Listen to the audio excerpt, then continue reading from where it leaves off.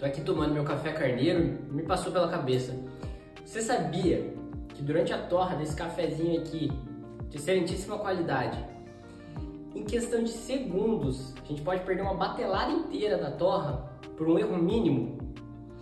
Pode ser a melhor matéria-prima do mundo, mas por um errinho menor que seja, a gente pode perder tudo e estragar aquela matéria-prima que tinha um potencial enorme. Isso porque a torra, ela é um processo muito complexo. Ele é muito complexo e muito crítico.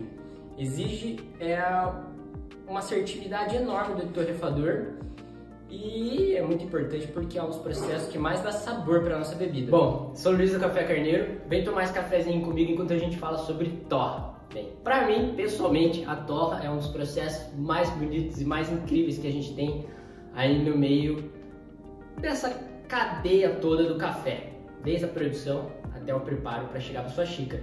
E aqui no Café Carneiro, esse é o nosso processo. A gente recebe a matéria-prima, o café cru, e a gente torra e manda para os consumidores.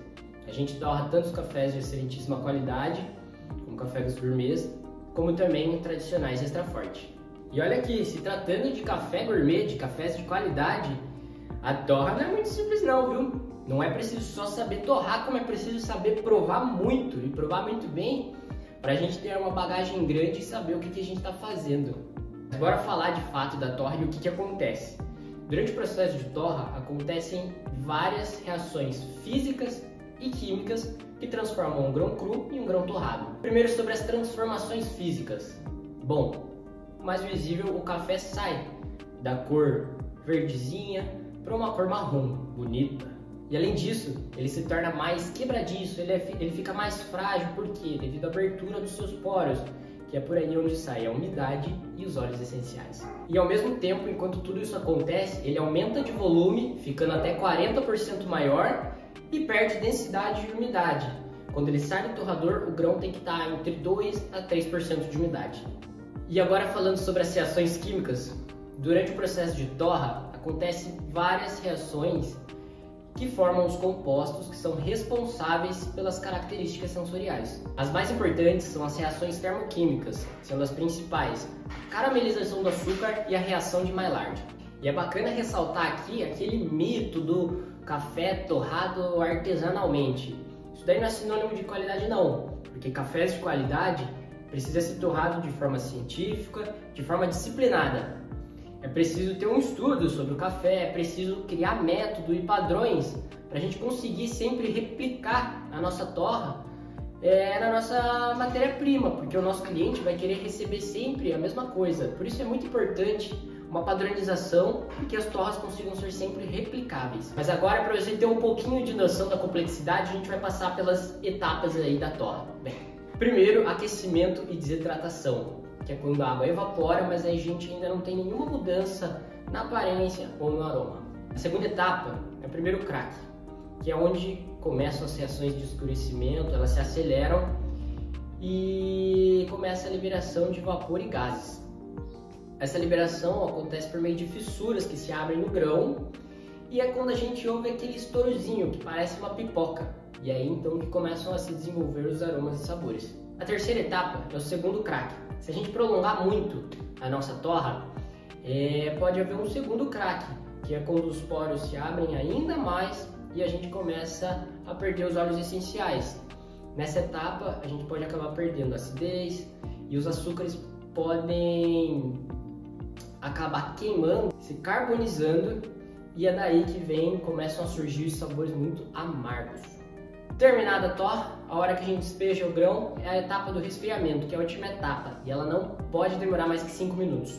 Obviamente que é muito mais complexo do que a gente falou agora, mas isso foi uma resumida para você entender um pouquinho de como é quando o grão entra até a hora que sai.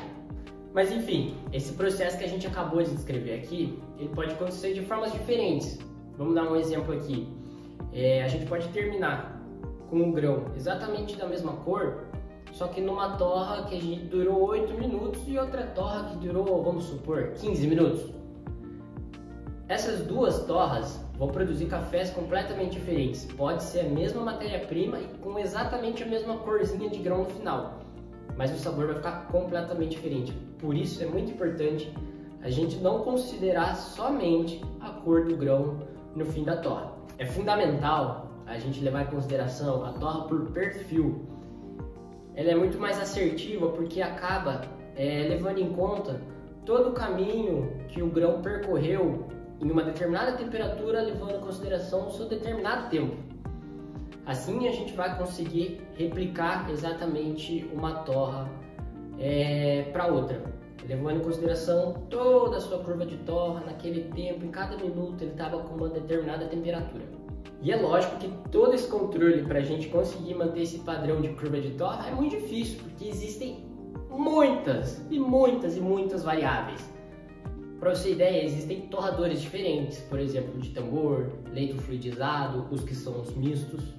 Mas também tem formas diferentes da gente trabalhar o calor, que é por radiação, convecção, condução, e ainda as variáveis para a gente controlar durante o processo, como a temperatura do grão cru, como a temperatura a cada minuto, a rampa de temperatura, fluxo de ar, pressão do gás, se o torrador for a gás, a temperatura inicial e a perda de massa. Enfim, a torra é um negócio mágico.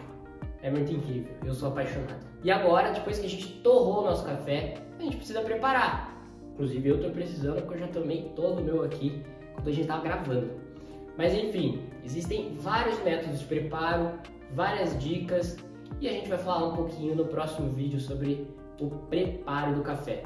Já aperta para seguir, manda para aquele seu amigo que ama café e vem comigo. Valeu, gente! Tchau, tchau!